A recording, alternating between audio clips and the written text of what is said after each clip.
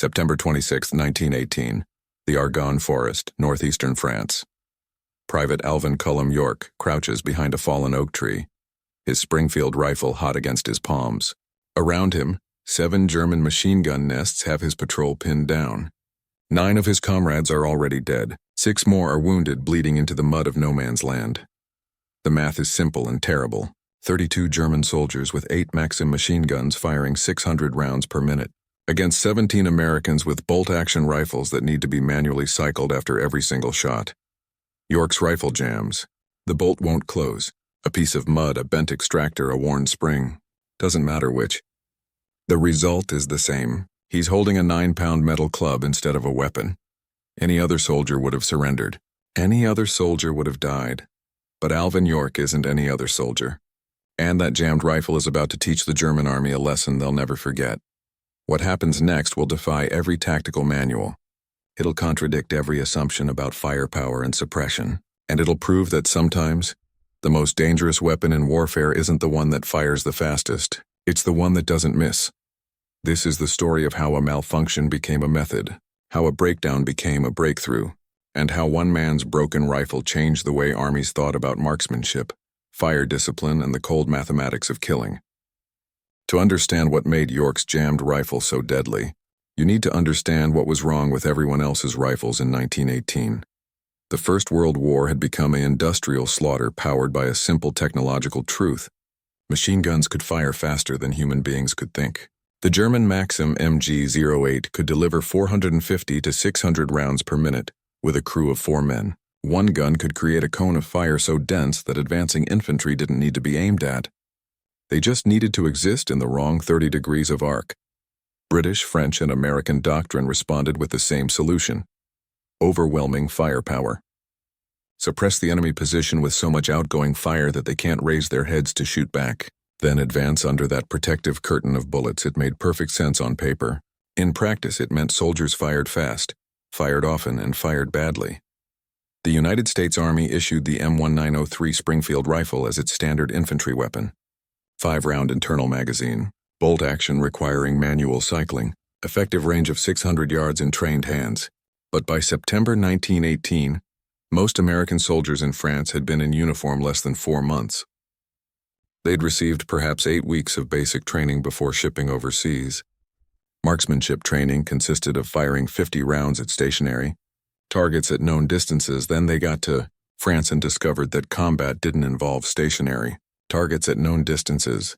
It involved shapes moving through smoke, silhouettes appearing and disappearing in tree lines, muzzle flashes in darkness, and machine gun fire so overwhelming that your body's first instinct was to crouch low, fire blindly in the general direction of the enemy, and pray you'd hit something before you died. Field reports from American units in France painted a consistent picture. Soldiers emptied their 5-round magazines in under 10 seconds.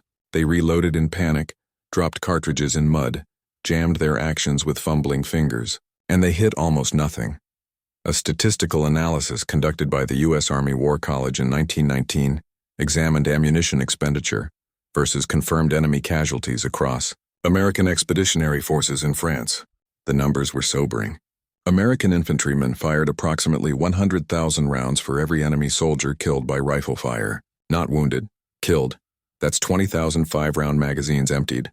4,000 reloading cycles per casualty inflicted. The British Army's figures were even worse: 150,000 rounds per kill. The French, who'd been at war since 1914 and had some of the most experienced infantry on Earth, still required 75,000 rounds per confirmed rifle kill. The problem wasn't the rifles. The Springfield was mechanically excellent, accurate, reliable, powerful. The problem was the doctrine. Suppressive fire, volume of fire, overwhelming fire. Fire fast, fire often, and hope something connects. Machine guns made tactical sense for that doctrine. They could maintain sustained fire indefinitely. But rifles? Rifles were precision instruments being used as industrial volume tools, and precision suffered when volume was the priority. Every army in the world had accepted this as the cost of modern warfare. Rifles weren't for careful aimed shots anymore. That was 19th century thinking. This was the age of machine warfare, and infantry rifles were just another source of suppressive fire. Except in the hills of Tennessee, where a 29-year-old farmer named Alvin York had learned a very different kind of shooting.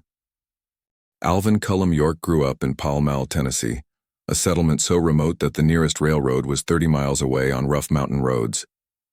Born December 13, 1887, third of 11 children to a subsistence farming family that measured wealth in whether you'd have enough food to last until next harvest. In that world, ammunition was expensive and game animals didn't give second chances. You learned to shoot accurately because missing meant your family went hungry.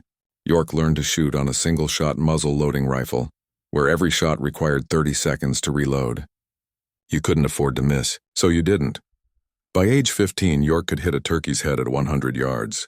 By 20, he won local shooting competitions against men twice his age. His specialty was moving targets, wild turkeys in flight, running deer, anything that required not just marksmanship but timing and prediction. His method was unusual. Most competition shooters fired from supported positions, prone, kneeling, braced against trees or fence posts. York shot standing, rifle tucked tight to shoulder, breathing controlled, everything still except the rifle barrel, tracking the target with microscopic adjustments. He'd developed his technique hunting turkeys, where any motion would spook the flock and ruin your shot. You had to be absolutely still until the moment you committed. Then it was one smooth motion. Acquire target, track, lead the motion if needed, squeeze the trigger in the half-second window where everything aligned. He didn't think of it as a technique. It was just how you shot if you wanted to eat. When America entered World War I in April 1917, York was 29 and conflicted. He'd found religion in 1914, joined a fundamentalist Christian sect that preached pacifism and nonviolence. The idea of killing other human beings violated everything his faith taught. But Tennessee had a draft. And York couldn't ignore that draft without betraying a different kind of duty, the one, you owe your country when it calls. He applied for conscientious objector status. Denied. The Army didn't recognize his church as a legitimate pacifist denomination. So on November 14, 1917, Alvin York reported to Camp Gordon, Georgia, carrying his doubts and his rifle skills in equal measure. Basic training revealed the contradiction immediately. York qualified as an expert marksman with scores that impressed even the career sergeants running the ranges. He could hit man-sized targets at 300 yards with boring consistency. At 500 yards, he hit more often than he missed. At 600 yards, the rifle's maximum effective range, he still connected more than half the time. But the Army didn't care about individual marksmanship anymore. They cared about volume of fire and suppression. York's careful aim shots, his habit of taking 3 seconds between trigger pulls to reacquire his sight picture, his insistence on firing only when he had a clean target. That wasn't modern infantry doctrine. That was obsolete thinking from an obsolete war. His company commander, Captain Edward Danforth, recognized the disconnect. Danforth was a regular Army officer who'd studied pre-war marksmanship doctrine and remembered when infantry training emphasized accuracy over volume.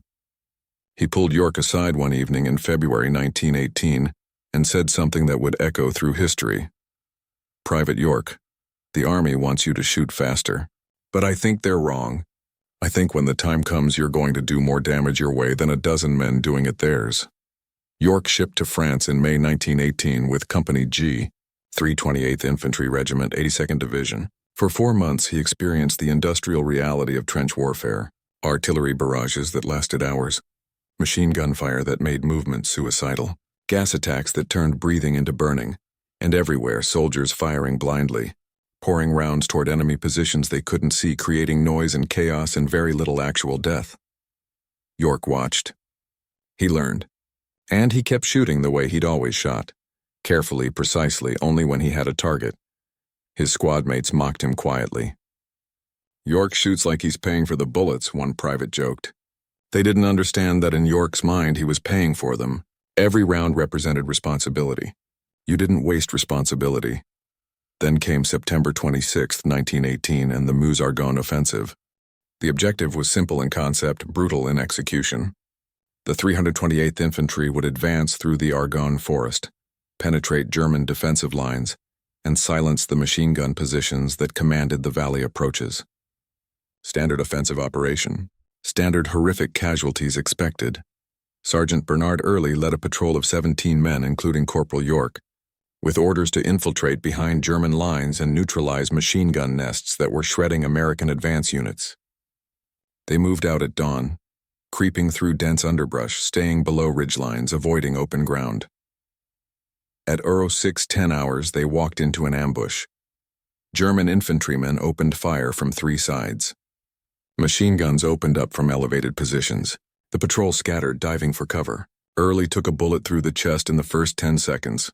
6 other men went down in the initial volley. York found himself behind a fallen oak tree with 9 other survivors, pinned down by interlocking machine gun fire from at least 7 positions. The Germans had them zeroed. Every time anyone moved, tracers converged on that position. Every time anyone tried to return fire, machine guns chewed the trees apart.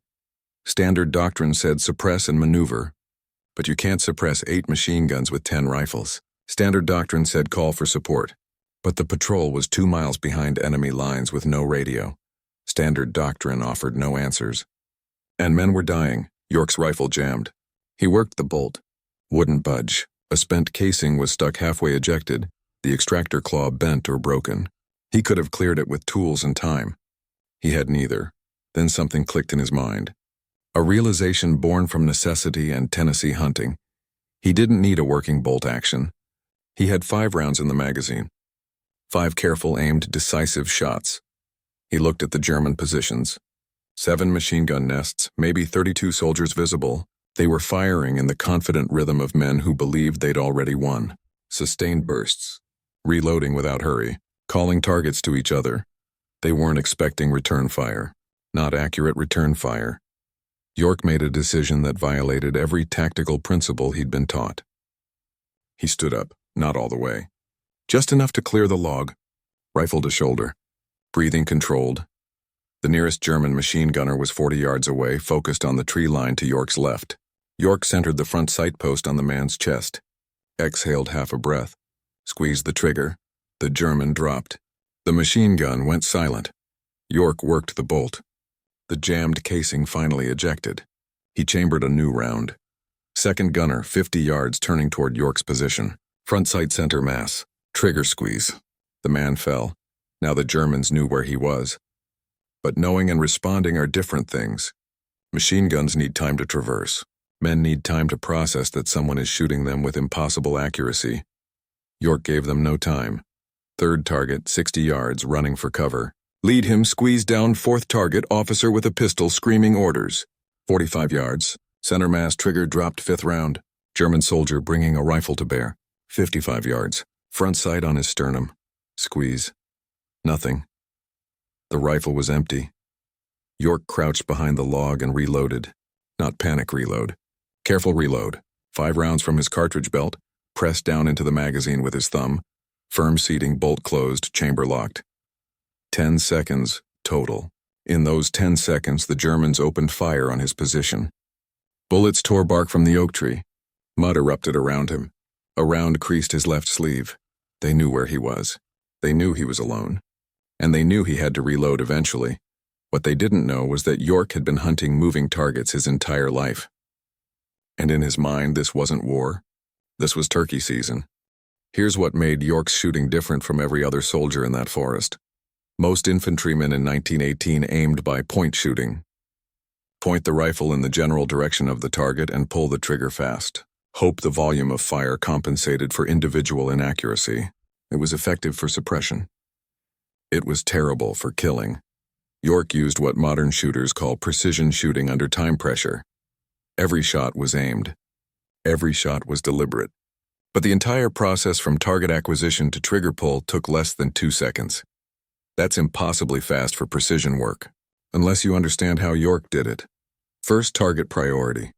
York didn't shoot the closest enemy or the most threatening weapon. He shot from back to front.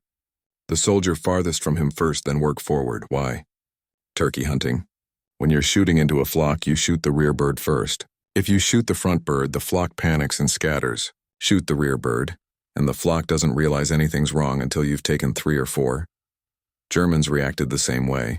The men in front didn't notice their comrades behind them dropping. By the time they figured out someone was shooting them, York had already eliminated 6 targets. Second, breathing control. York fired at the bottom of his exhale, not holding his breath, not gasping between shots, just the natural respiratory pause when your lungs are empty and your body is still. That half second of absolute physical stillness is when precision shooters take their shots. York had been doing it since age 12. Third, trigger discipline. York never jerked the trigger. He increased pressure smoothly until the trigger broke, almost surprised when the rifle fired. That prevents the barrel from dipping or wavering at the critical instant. Fourth, sight picture discipline. York never fired without seeing his front sight post clearly aligned on his target. Most soldiers in combat fired as soon as the rifle was roughly aimed. York waited that extra quarter second until everything lined up perfectly. And fifth, psychological control. York didn't experience combat stress the way other soldiers did. He'd explained it once to a reporter. I wasn't thinking about killing. I was thinking about stopping them so they couldn't kill my friends. It's like shooting a coyote that's after your chickens. You don't hate the coyote. You just can't let it keep doing what it's doing. That mindset kept him calm. Calm meant steady hands. Steady hands meant hits. The Germans tried everything. They concentrated fire on York's position. He'd already moved. They tried to flank him. He shot the flanking soldiers before they cleared cover. They tried to suppress him with volume of fire. He waited out the bursts and shot during their reload cycles. After 20 minutes, 7 German machine gun nests had gone silent. 21 German soldiers were dead or wounded, and York had fired approximately 60 rounds. That's a hit rate of 35% in combat against moving, shooting, trained enemy soldiers. For comparison, the average American infantryman in World War I achieved a hit rate of roughly 2% in combat conditions. York was 17 times more effective than standard doctrine predicted. Not because his rifle was better, because his method was better.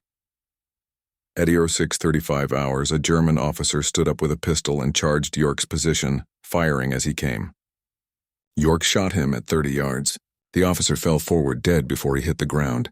That broke German morale. The remaining soldiers, realizing they were being systematically executed by a single rifleman they couldn't suppress, began surrendering.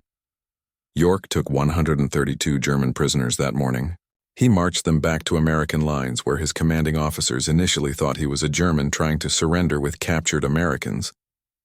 When they sorted out what actually happened, nobody believed it. Until they counted the German dead and matched them to York's ammunition expenditure.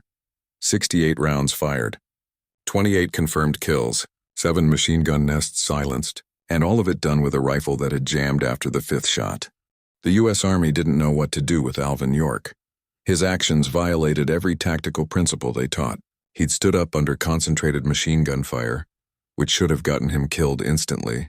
He'd engaged multiple targets with careful aimed shots instead of suppressive fire, which doctrine said was obsolete. And he'd achieved results that mathematical models said were impossible. So they gave him the Medal of Honor and quietly ignored the implications of what he'd proven. But field officers noticed. Junior officers who'd watched suppressive fire doctrine produce casualty rates of 100,000 rounds per kill started asking uncomfortable questions. What if doctrine was wrong? What if volume of fire wasn't the answer? What if one man shooting carefully was more effective than 10 men shooting frantically? The Army's Marksmanship Training Unit at Camp Perry, Ohio, received orders in March 1919 to conduct comprehensive testing, comparing aimed fire versus volume fire doctrine. The results were classified until 1921, but the conclusions were stark. Individual riflemen trained to York's standard of precision shooting could achieve hit rates of 40–60% against moving targets at combat ranges. That's 12 to 18 hits per 20 rounds fired. Riflemen trained in standard suppressive fire doctrine achieved hit rates of 3 to 8%, less than 2 hits per 20 rounds. The mathematics were inescapable. One precision shooter was tactically equivalent to 5 to 8 standard infantrymen in terms of actual casualties inflicted per engagement. But implementing that doctrine would require fundamentally rethinking infantry training. It meant spending more time on marksmanship, more ammunition per trainee, more emphasis on individual discipline and less on unit volume of fire. The U.S. Army, facing massive post-war demobilization and budget cuts, chose not to implement those changes. Marksmanship training remained focused on basic qualification. Doctrine remained focused on suppressive fire. It took another war to force the change. World War II began with the same doctrine that had dominated World War I. Suppress the enemy with overwhelming fire, advance under that protection, accept the casualty rates as inevitable. American infantry in 1943 fired an estimated 250,000 rounds for every enemy soldier killed by rifle fire. The rate had gotten worse, not better, but something had changed in the 25 years since York's action in the Argonne. A U.S. Army combat historian named S.L.A. Marshall began conducting detailed after-action interviews with infantry units immediately after combat. His findings, published in 1947 as Men Against Fire, shocked the military establishment. Marshall concluded that only 15–20% of American infantrymen actually fired their weapons at enemy soldiers during combat engagements. The rest pointed their rifles in the general direction of the enemy and either didn't fire or fired without aiming. The reason? Fear, psychological resistance to killing, and inadequate training that didn't prepare soldiers for the reality of combat stress. Marshall's research was later questioned on methodological grounds, but his core insight remained valid. Most soldiers in combat didn't shoot effectively because they'd never been trained to shoot effectively under realistic conditions. The solution came from an unlikely source. The U.S. Marine Corps in 1935, the Marines had begun implementing reformed marksmanship training, based partly on analysis of World War I performance and partly on institutional pride. Every Marine, regardless of specialty, qualified as a rifleman, and Marine rifle qualification standards were significantly higher than Army standards. Marines emphasized fundamentals: breath control, trigger discipline, sight picture, shooting from various positions. They fired more rounds in training. They shot at longer ranges, and they were expected to hit. In the Pacific War, Marine infantry units consistently achieved higher hit rates than equivalent Army units, not because their rifles were better, because their training was better. Marine riflemen in the Philippines campaign of 1945 achieved estimated hit rates of 25–30% in combat conditions. Still nowhere near York's 35%, but 3 to 4 times better than standard Army infantry. The lesson was clear but still ignored. Precision shooting saved lives and won battles more effectively than volume of fire. Korea forced the final reckoning. Chinese and North Korean infantry tactics relied on human wave attacks. Mass formations advancing under covering fire, accepting horrific casualties to overwhelm defensive positions through sheer numbers. Against those tactics, suppressive fire was nearly useless. You couldn't suppress men who didn't care if they died. You had to kill them. American units that emphasized aimed fire stopped human wave attacks cold. Units that relied on volume fire got overrun. A Marine Corps after-action report from the Chosin Reservoir, December 1950, documented the difference. One company of Marines with intensive marksmanship training held a position against estimated 2,000 Chinese attackers. They fired approximately 12,000 rounds and inflicted an estimated 800 casualties. That's 15 rounds per casualty. An Army company at a nearby position, similar defensive situation, fired approximately 40,000 rounds and inflicted an estimated 400 casualties. That's 100 rounds per casualty. The Marine company held. The Army company was nearly overrun and had to withdraw. The difference? Training. The Marines shot like Alvin York had taught by example 32 years earlier. Carefully, precisely. Only when they had a target. Today, every branch of the U.S. military trains marksmanship. The way Alvin York shot in the Argonne Forest in 1918 to modern Army rifle qualification requires hits at ranges from 50 to 300 meters from multiple firing positions. Soldiers must demonstrate breath control, trigger discipline, and sight alignment. The emphasis is on accuracy, not volume. The Marine Corps rifle creed memorized by every Marine recruit begins, "This is my rifle. There are many like it, but this one is mine. My rifle is my best friend. It is my life." That philosophy descends directly from the lesson York taught. Your rifle is a precision instrument. Treat it that way. Shoot it that way. Modern combat marksmanship training uses realistic stress conditioning. Soldiers shoot after physical exertion under time pressure, with simulated incoming fire. The goal is to make precision shooting automatic even under the psychological stress of combat. U.S. military hit rates in combat have improved dramatically. In Iraq and Afghanistan, trained infantrymen achieved estimated hit rates of 30–40% in typical combat engagements. Not coincidentally, that's almost exactly the rate York achieved in 1918. Special operations units, with even more intensive marksmanship training, routinely achieve hit rates exceeding 50% in combat. The broken rifle that forced York to shoot carefully turned out to be the correct way to shoot all along. Doctrine just needed 4 decades and 3 wars to figure that out. Alvin York died September 2, 1964, at age 76. He spent his post-war years as a farmer and schoolteacher in Tennessee, quietly refusing most requests for interviews or public appearances. He'd done what his country asked. He'd proven what one man with a rifle and discipline could accomplish. He saw no need to talk about it endlessly, but the rifle he carried that day in the Argonne, the Springfield that jammed after 5 rounds and forced him to shoot with impossible care, that rifle sits in the Tennessee State Museum in Nashville. Thousands of visitors see it every year. Most don't understand what they're looking at. They see an old military rifle. Standard issue. Nothing special.